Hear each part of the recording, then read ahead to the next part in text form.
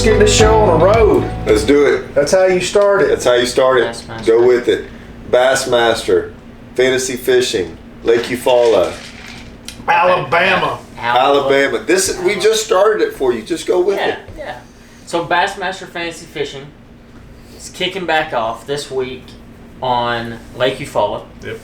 I think everyone... 3 days, 11 hours, 47 minutes, and 2 seconds. Yeah. I think we're all very happy that fishing is starting to kick back off with everything that's going on to kind of get our minds back in the fishing game. I mean, most of us have stayed there mentally anyway.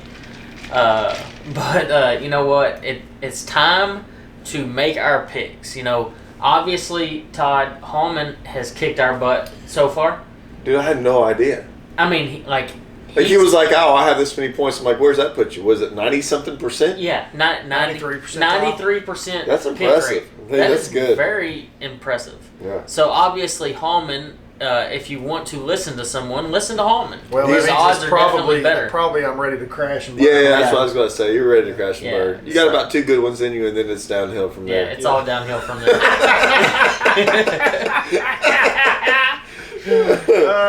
All right, guys. So the way that we do this is we work through the brackets. They're bracketed A, B, C, D, and E based on Angler of the Year points. I'm so glad we're together. And this is going to make it super easy. We're going to tell you who our number 1 pick is and who our dark horse pick is. Now, just to clarify, dark horse pick is somebody that is low percent owned, but could pay dividends, especially if no one else picked them. So there is a better chance if you pick somebody like that you could actually pull ahead and make up that ground if you're behind. So Todd and I probably should stick with our dark horse picks just for the fact of trying to regain some of that ground on Hallman at this point. So let's just go ahead and get this thing kicked off. Like I said, we're at Lake Eufaula this week. If you look back, the FLW Series was there this past week. Yeah. They caught them really good, deep water. We planned for the deep water stuff to play, brush piles, ledges, deep trees, that kind of stuff. So keep that in mind when you're picking your guys. It is going to be a deep focused tournament. Yeah, it's going to be offshore tournament. Yeah, it's going to be an offshore tournament. Guys, I have a lot of friends that fish that event. Some fish shallow, and they couldn't get more than about 12 pounds a day. It's just not going to happen shallow. So really keep that in mind when you're making your picks, regardless if you pick who we have. We're just giving you a guide on who we think is going to be the most successful pick for each bracket. So without further ado, Todd, kick us off. We'll let you start Group A of the re-kickoff of the Bassmaster Elite Series. When you look at these things, I don't even look at the percentages. You know what I'm saying? I don't You're just showing people. Yeah, I just look at people. He's been on a roll for 3 years now. 4 like a really good roll. 3 years, 4 years. You're going to go to the place with a little bit of current, We're a all little bit gonna of have deep the same water. guys. Buddy Gross. I got Buddy Gross for the first one. Okay. I mean that's actually who I had originally, and I changed my pick. I went Scott Canterbury. Yeah. He's won there before. He's super solid. There's Alabama guy, and I think he's gonna have the upper hand as far as knowledge. And he's actually not very high percent owned at 11%. Yeah. I mean, you can't ask for a little bit better pick. What about you, Hallman? Well, Canterbury did win there, but I also think that's when Canterbury locked and went all the way to Seminole. to win. I still pick Canterbury. It's an offshore deal. He's from Alabama. It's going to be there's going to be some hometown knowledge show up. And he can catch them offshore. Yeah. He's had some Canterbury some can good do it tournaments all. offshore. He didn't win AOY last year because he can't. He can do it all, and so that's my pick. So, Todd, who do you have as your dark horse, Group A? And it's hard to pick a dark horse. No. This was an easy one for me. Paul Mueller. Yeah. It's a good pick. And the reason I picked him is Toledo Bend. Yeah. He caught him at Toledo Bend. Deep structure. He was deep fishing. He found some different schools offshore that no one else found. So that was why you don't go to Toledo Bend. I'm sorry, Toledo Bend is hard. It is a big, giant, massive place, and he found some schools that no one else found. That ain't easy. Yeah. So at 1.6, I can't. That's a pretty good dark horse. I think I'm going to go Clark Winlet at 0.8%. Clark is a Texas guy. He's grown up fishing deep water. He's been to Eufaula quite a few times. In this about the exact same time of year, when he used to fish the FLW tour, I fished against him. We all did, and we'd gone to Eufaula 2 or 3 times during my career there, and I want to say he did pretty well every time we went there. I mean, he's a hammer when you get out offshore too. All right, guys. If you watch this and you're really watching this for knowledge, like inside information, I'm fixing to throw you one. This is a softball over the plate that you can knock out of the damn park. Pay attention. My dark horse for this one. Neither one of these guys picked. We're always arguing over who gets dark horse first and I couldn't believe that neither one of these guys picked him. And as soon as I say it and I go through the reasons, everybody's going to agree. My dark horse is 1.5%. His name is Matt Airy. Matt Airy fishes on a weekly basis with Brian Thrift at home, along with their TV podcast show, Let's Talk Fishing. Yep. Brian Thrift has done nothing but win on this lake at this time of year. His partner that he's fished with forever, Brian New, just finished 3rd today and won one there last year. Yep. It's constant, and this is a family deal. Matt Airy's going to have a good tournament, guaranteed. I absolutely agree. No info. We probably already knew it. But I mean, he knows the brush pile deal. I mean, he's fished there a bunch. Like, this is a family inside deal. But I mean, the deal is if you think brush piles, and that's going to be one of the primary things to do. I thought about that. Yeah. You know, who's going to be the best brush pile fisherman? You know, he grew up around Norman and some of those places, and that is something that they do a lot. Is a lot of brush piles. That's why all those guys catch them. And I think he's going to be right at home. I think that's a super awesome pick. All right, Group B. Let's go ahead and let Hallman go first on Group B. Group B was an easy one. I'm probably going to take y'all's guy because he is from Texas, but he's extremely strong offshore. That's what this thing's going to be. It's Keith Combs. Well, go ahead, Todd. No, I picked Brandon Lester. Oh, see, I like the Lester pick. I went Keith Combs, and I'm gonna tell you why. We know it, but not everybody knows it. If you look last week on social media, Keith Combs caught 2 10-pounders in the same day on Sam Rayburn, probably fishing brush piles. He fishes a lot of brush piles, and we know this. Sam Rayburn, if you fish it enough, you're having to fish brush piles. He's very well-rounded in that. He's a great deep water fisherman. Mm-hmm. I feel like that lake is going to fit his style completely. I agree. No doubt. Let's go ahead and let Hallman, you go ahead and go dark horse. You haven't got to do dark horse first yet. I'm going to pick my boy because he's my boy. This lake doesn't suit him at all. It doesn't suit him at all. At all. I can't do it. No. You can't do it. Can't do it. Guy, he'll go out there and crush him. He was going to pick Brian Schmidt. You don't even... No doubt. That's what's about to happen. Best buds. Can't do it. But you can't do it. No. I'm going to take Wes Logan. Okay. Alabama guy, yeah, no doubt. Young Alabama guy. Ooh, that's a good one. I didn't see that. He's at the bottom. 0.08. He'll catch them, guys. Yeah. He'll catch them. Actually, that was my dark horse as well. For the sake of argument, I will actually go... Don't pick my guy. ...with Brad Whatley. Okay, yeah, that was a good one. Brad Whatley... I thought about that just because of Lake of the Pines, Lake Fork, fishes deep, really sound deep water guys, up and coming, like kicking butt out there. Brad Whatley's a good pick. Wes Logan's also a good pick. Alabama guy. It's hard to go against the hometown crowd in that regard. 1, 2, 3. Man, this isn't. I mean, is 5% dark horse? I'd say we'll call it dark horse. That's fine. David Mullins. He's a deep water guy. Yeah. Deep water guy. Yeah. I mean, he's just gonna go. He's gonna go grab for 3 days. Yeah. Nonstop, Yeah. and he's gonna. And he'll find them. He'll throw a worm, but he'll probably crank. Crank them piles. And I think that's gonna catch him. Yeah, cranking piles is gonna be a big deal. So that's my dark. If you can call it a dark horse. No, I absolutely think you can. I'm actually making an audible on my Group C right now. Okay, hold on. Let's see. Oh, I just got this changed one. it. Okay.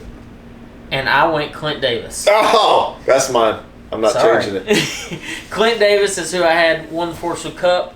Fishing brush piles. Yep, that's why I picked him. Yeah. 100%. No doubt. I didn't even see him there. I actually had Matt Herron, and thinking about the shallow game, Matt Herron is a dominant force in Alabama fishing shallow. I just do not think that Eufaula is going to be a shallow water fishery this week. I truly think you're going to have to get offshore and fish. And the results have shown. I mean, that's just, when you look at how the guys caught them this past week, the fishing is not going to change that much. It's actually probably going to push more fish offshore. You're definitely going to see the deep water bite dominate. Hallman, who you got? Well, I had Mega also, and that makes us 3 wide. I'm trying to find someone to change my pick too, but I just can't see it. Oh yeah, I got Mega. Yeah, and that one's that's a weird. I'm not saying that's a weird one, but for all 3 of us to pick him, he's an offshore guy. Yeah, he's from Alabama. He's a brush pile, like Washita. He won the Forest Wood Cup solely fishing brush piles. Yeah. So, I mean, and he's one of those guys that will commit all day, graph. And put his time in, and I promise you, he's already put time in. I'm excited about my. Dark horse. Let me go. Wait, no, it's my turn to go. Is it? Yeah. Are you sure? Are we on string? Okay, don't pick my guy. I'm going David Fritz. Oh, that was my guy. Really? And mainly, where is he on? He's at 0.9%. David Fritz is the crankbait king, probably before people even knew what a crankbait was. And is very sound for deep crank and brush piles, and finding those little places that nobody else can find, and has obviously a career to prove how good he is. He's a little bit of a slow starter, but I think it's going to be a good tournament for him. Who you got, Bradley? I was going to go with the same one. I'm going to go with Clifford Perch from Arizona, just because I know how strong Cliff is as a fisherman. He's an offshore guy. He spent his entire career offshore for the most part. I mean, fishing out on the West Coast, clear water stuff. He's not uncomfortable fishing offshore, let's put it that way. Strong pick, and he's only at 1.7%. So Cliff's a good pick as a dark horse. He got dark horse. I got less than both of y'all. Hold on, where's Fritz at? 0.9. Oh yeah. Okay, so this is just a little inside information deal. I'm picking a guy from a state that is absolutely the biggest shallow water state there is. Florida. Well, not Florida. We'll go second. Louisiana. Okay. Caleb Summerall. And I'll tell you why. He's been on Toledo. He's been on Toledo crappie fishing. You think I'm joking? Yeah. He's been doing nothing but graphing piles for the last month or two. Yeah. Doing this whole thing. Because he's been over there a bunch. Like, I'm sure he's been bass fishing over there too. But he's been literally going around searching for piles, doing all that stuff. I know he's bass fishing in them. He's talking about crappie fishing, but so I was like, man, it's a different little deal. But when you live around Toledo and it doesn't matter if you're from these places, but if you just get a chance to do certain things. Like if you're a guy who likes to frog and you get it in a state that they eat a frog, you just start learning things. Well, he's just out there deep water fishing on Toledo, crappie fishing, finding piles. No, I like that pick. Yeah. All right, so let's do this. Let's go ahead and let Todd go first in this one. Oh, I don't like this one. I picked him anyway. This is Group D. Group D. I might have to change it. Hold on. That's going to be my dark horse.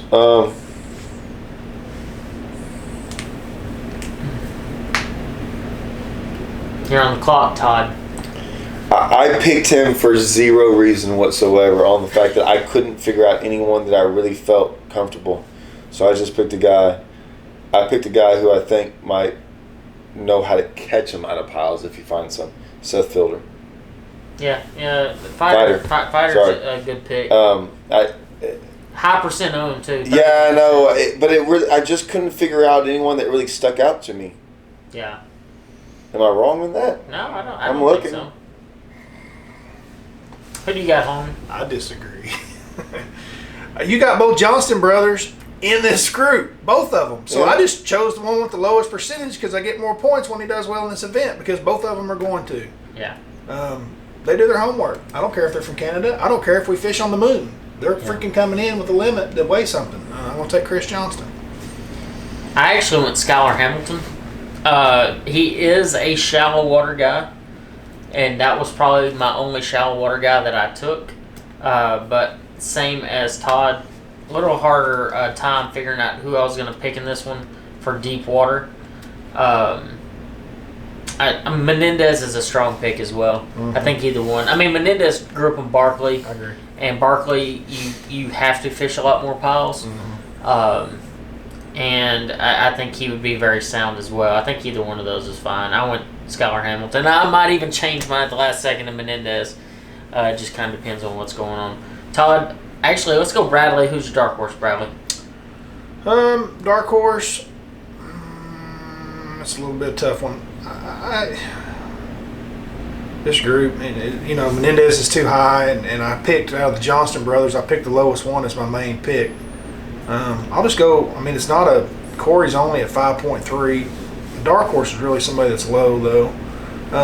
Chad Morgan Taylor. Don't ask me why. He's only at 0.8%. He's really a shallow water guy. That'll be my shallow water dark horse. Yeah, shallow water dark horse. I'm actually gonna go Brock Mosley. Brock's just a good fisherman.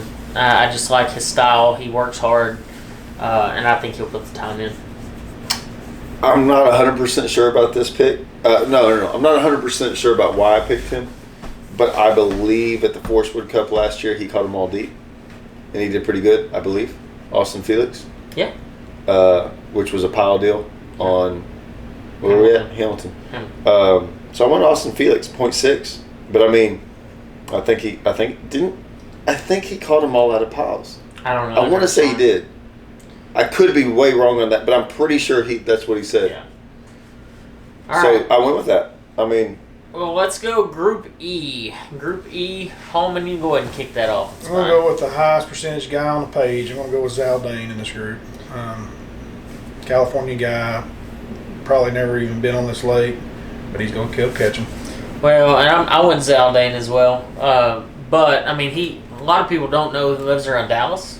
Spends a lot of time on places where you're going to catch them in brush piles. Absolutely. like where? Fork. Lake Fork. Oh, okay. So you mean my guy, who's actually from Lake Fork? Yeah, I know. That's only those are the two strongest picks. Lee Livesey. Livesey and Zaldane are hard to beat. Both of them. Livesey's been throwing out deep water picks right now. Left and right. He's been catching them. Yeah, and he's ready. big ones. Yeah, that was. He's fooling himself though on Fork though. Yeah, Let's but just I be mean, honest. hey, he's out there graphing them, and it looked like I got it. And you know that's half the battle. You know, Hallman and I talked about it today. We're fishing a little tournament and spending and understanding your electronics and spending that time out there is just half the battle. I mean, it's part of the success of these guys, and I know that. That Livesey has done it. I know Zaldane has too. Zaldane is phenomenal with his electronics. Coming from out west is a really sound with that. Let's go ahead and let you go, Todd. Dark horse, what you got? Nothing sticks out, so I'll just go straight hometown.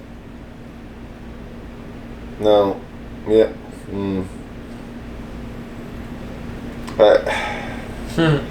It's hard. This one's hard.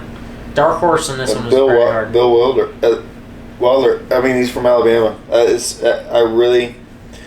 know a lot of these guys on here, and I want to say a lot of them are semi-shallow guys. Yeah. And so that's why I'm just going straight hometown. Not hometown, home state. I don't know where.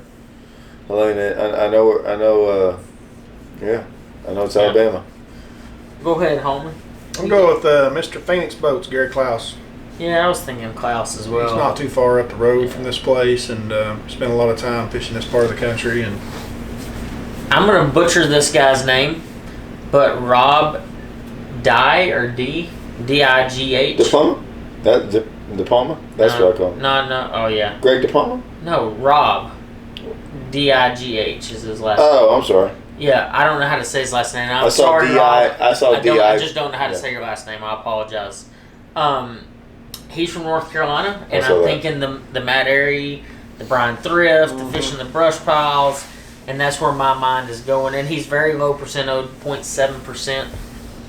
All right, guys. So let's go ahead and throw out our tiebreaker weight. If you don't know what the tiebreaker weight is, and when you fill out your roster, you have to do a tiebreaker weight to just in case you tie with somebody, obviously. Right. So tiebreaker weights are really cool, and they're a fun way to pick what you think the lake is going to do. We actually, as tournament guys, we always do that every time. We're like, hey man, what do you think is going to win this tournament? and every one of us guess. And typically, we're pretty close. I'm changing mine right now. You're changing it. You're changing. All right, go ahead, Todd. You got it. You got the floor. You're first up. 4 days, right? 4 days, Lake Eufaula, following an FLW series event, and you got to take that into account. Okay, yeah. Absolutely. So here's where I have an issue. They just got beat down. So it's either going to be better weights because more are coming out there, or it's going to be way less because they got beat down. I don't know. If they're coming, it's going to be good. I want to say they're coming, and the reason I say they're coming is because some of the guys' weights got stronger as the tournament went on, which means they had to have come. So but it's 4 days. And you saw some guys that were doing really good, Falter. bad, like their 4th day went downhill. So I'm going to factor the 4th day in there. It was their 3rd day that went way downhill. Correct, but those are the guys that. Right. So now you still got 4 or 5 guys that kept on doing better. Right. So I consider then that I don't think they'll do as good on their 4th day. So I got 83.6. We're close. I think they'll catch. I think 15 pounds on that final day might be good for some of them guys that are up in that top 3, top 5 type deal. I went 81.2. Ooh. I think pressure is going to get to them a little bit. If you look at the people who did well in this event, obviously locals. And have the juice brush balls, and I think that definitely, 100% plays. Like there's no doubt about it. 81.2. Okay. So I even went a little more than y'all because I do think that the event this week put more strain and pressure on that system than you guys are giving even credit for. And we're going 4 days, so I went 78-12 for the win. Oh, I went higher than everyone. Yeah, you're Man, but you're also saying that if they're coming, yeah. if they're coming, dude, that's right. Dude, hey, there was 3 bags over 22 on the final day today. Yeah. Hey, the That's deal is like- it's That's going. That's stout. Yep. I truly think the way this tournament's going to shape out, and it could be wrong, is you're going to see a guy catch on the first, second. That 3rd day is going to be really trying, really tough. He still might catch a good bag, 18, 19 pounds. But that 3rd day, if he catches that 15-pound bag and he's already got those 20-pound bags to back him up, I think he's going to be in really good shape. I think this is a very difficult place to lead wire to wire. Oh, 100%. I Yeah, think it's it very is. hard. I don't know much about it. I'm not gonna I've lie. been there a few times this time of year, and it is a very tough place. You got to... when I say you got to do your homework... You can't have enough, can you? No. It's physically impossible to have enough brush piles.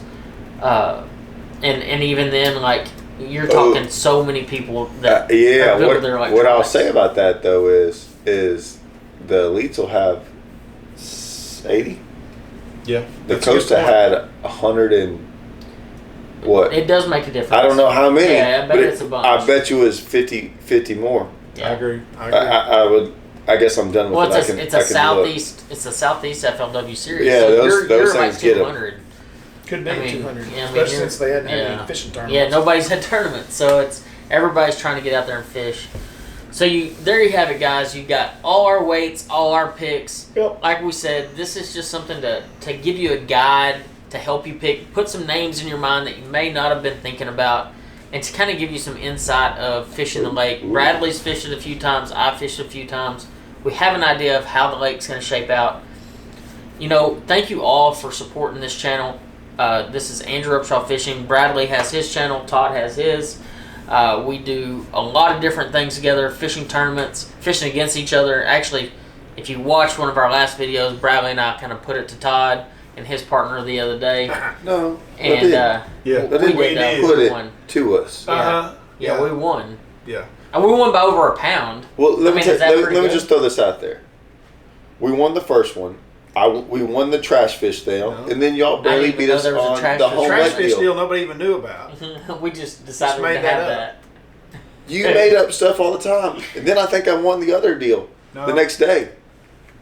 Yeah, you might have won the pond. Yeah, you might have won the the pond pond. deal's coming out too. I'm just saying I would. right. I mean, Hey, and then Hallman and I won today on we Sam don't want to go. Rayburn. We don't want to go cumulative weights on this deal. Sam Rayburn. This like- Todd had 16.5. We had 16.98. What y'all have yesterday? Oh, like 13 or 15. Did I don't y'all? know. I didn't see I think y'all on it's the 15. results. It's I didn't see y'all on the results. We threw ours back. We're like, this 15-pound bag. We're just zero. That's zero. That's zero. Y'all zeroed out there. Anyways, guys, thank you for watching. Make sure you subscribe to the channel if you haven't already. Subscribe to these guys' channels. They're always putting out some great content. Like I said, Bradley Hallman Fishing, Todd Castledine Fishing.